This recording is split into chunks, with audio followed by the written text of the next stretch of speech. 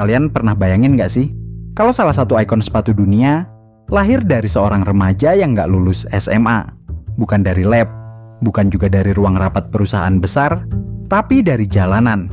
Dari keluhan anak-anak muda yang sering dianggap nggak ngerti apa-apa. Tapi justru karena dengerin mereka, fans tumbuh. Bukan karena sok keren, tapi karena mereka beneran dengerin komunitasnya. Sejarah fans bukan cuma soal sepatu kanvas dan sol waffle. Ini cerita tentang integritas, semangat DIY, dan tekad buat terus melawan arus.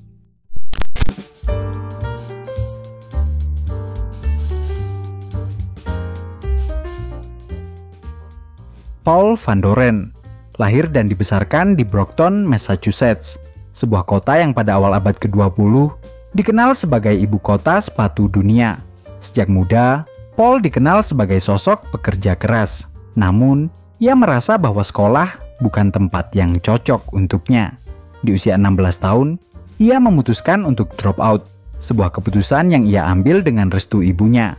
Tentu dengan satu syarat, ia harus segera mulai bekerja. Paul pun mendapatkan pekerjaan di sebuah pabrik sepatu bernama Randy's.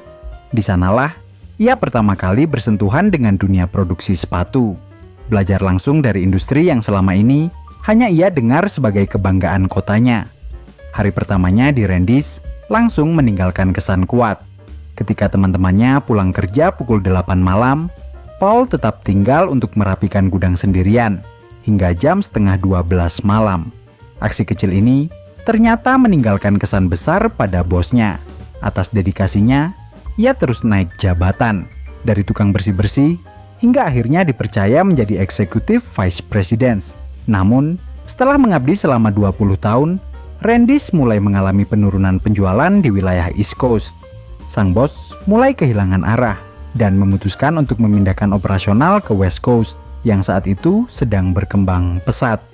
Hal inilah yang bikin Paul akhirnya menginjakan kaki di California. Sayangnya, tak sampai setahun di tempat baru, ia memilih untuk mengundurkan diri karena merasa sudah tidak sejalan lagi dengan arah kepemimpinan perusahaan.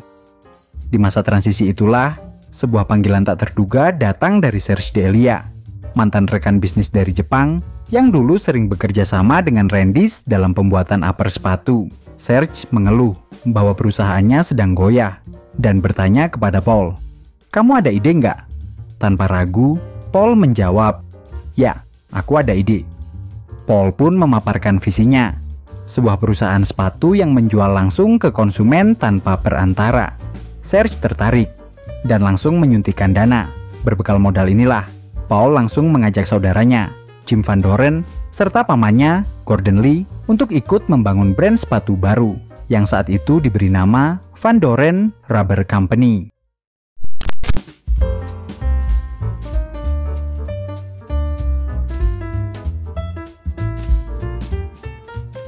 Awalnya, brand ini bernama Van Doren Rubber Company. Tapi karena orang-orang di sekitar toko pertama mereka di Anaheim sering nyebut, lihat dia pakai Vans tuh. Nama itu pun akhirnya disederhanakan jadi Vans aja. Sepatu pertama mereka diberi nama Vans Style 44. Hari ini kita kenal dengan nama Vans Authentic. Simple, berbahan kanvas dan pakai sol karet tebal berbentuk waffle yang mereka cetak sendiri di pabriknya. Zaman itu, semua model Vans dinamai dengan angka. Sistem ini bukan buat keren-kerenan, tapi murni biar gampang dicari di rak stok. Selain sistem penamaannya, cara promosi mereka juga out of the box. Paul Van Doren dan anaknya, Steve, yang cerewetnya minta ampun, tiap akhir pekan keliling swap meet, semacam pasar kaget di California.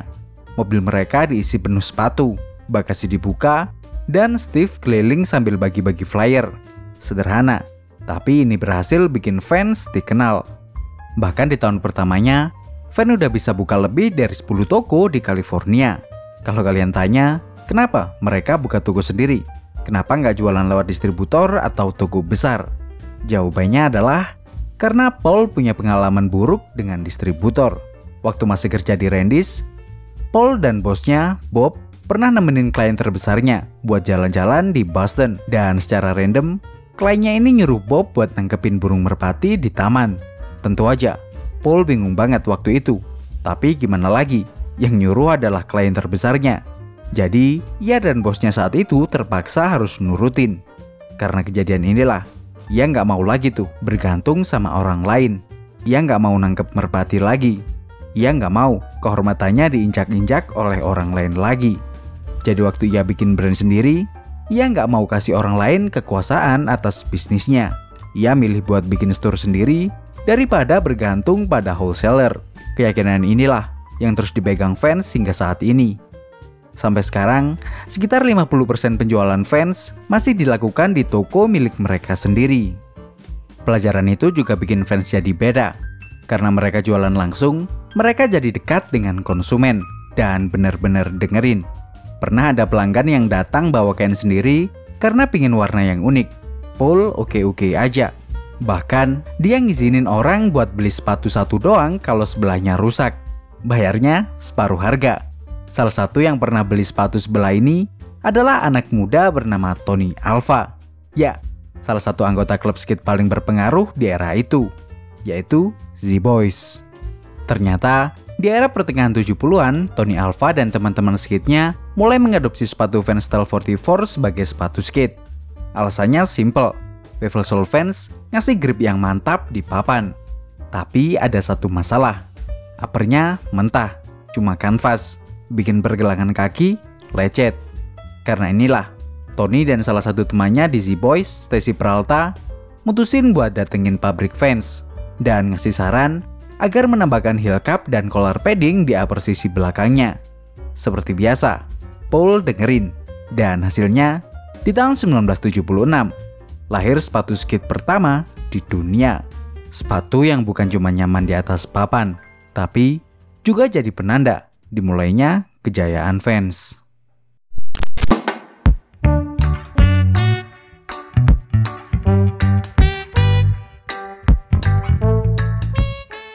Vans Style 95 atau yang sekarang kita kenal dengan nama Vans Era adalah sepatu skate pertama di dunia itu. Desainnya mirip dengan autentik, tapi ditambah collar padding dan heel cap sesuai dengan request dua skater legend ini. Dan karena ini sepatu pertama yang benar-benar didedikasikan buat para skaters, Paul Van Doren menambahkan heel tab bergambar skate yang mirip kura-kura bertuliskan "Off the Wall". Kalimat ini terinspirasi dari aksi Tony Alva yang saat itu berhasil melompat keluar dari sebuah bowl alias kolam renang kosong yang jadi arena skate. Sebuah momen yang dianggap keluar batas alias "Off the Wall". Dan ya, branding skate shoes dan support langsung dari anggota Z-Boys membuat sepatu ini langsung meledak. Respon yang luar biasa bikin fans makin ambisius. Setahun setelah perilisan Era, Vans kembali merilis model skate terbaru, sepatu berwarna biru dengan upper lebih tinggi yang dilengkapi dengan gambar siluet legendaris yang ini. Hasil coret-coret iseng Pak Paul yang pada awalnya ia sebut dengan chest stripe dan kini kita kenal sebagai side stripe. Sepatu ini diberi nama Vans Style 36 atau yang kini kita kenal sebagai Vans Old School. Sejak saat itu, side stripe jadi identitas visual utama Vans dan terus muncul di sepatu-sepatu generasi selanjutnya. Seperti pada tahun 1978, Vans merilis sepatu yang memiliki model dengan upper yang lebih tinggi lagi, Vans Style 30H atau yang saat ini kita kenal dengan nama Vans Skate High. Tujuannya jelas, memberikan perlindungan ekstra di era ankle untuk para skaters. Sepatu ini jadi sangat populer di era pertengahan hingga akhir 80-an karena Tony Hawk memakainya dalam film skate legendaris The Search for Animal Chin. Saat teman-teman satu timnya di Bones Brigade pakai Air Jordan 1, Tony Hawk tampil beda dengan Vans Skate High warna hitam yang dia percaya paling nyaman buat main skate. Masih di akhir 70-an, Vans juga merilis sepatu tanpa tali, Vans Style 90H alias slip-on. Sepatu ini benar-benar meledak setelah muncul di film Fast Time at Richmond High pada tahun 1982, dipakai oleh karakter ikonik Jeff Spicoli yang diperankan oleh Sean Penn. Kalau kalian penasaran dengan sepatu ini, kalian bisa langsung tonton video kami yang ini. Tapi sayangnya, 2 tahun setelah slip-on booming, Vans justru dihantam kenyataan pahit. Ambisi tak terkendalinya hampir bikin brand sepatu skate pertama di dunia ini bangkrut.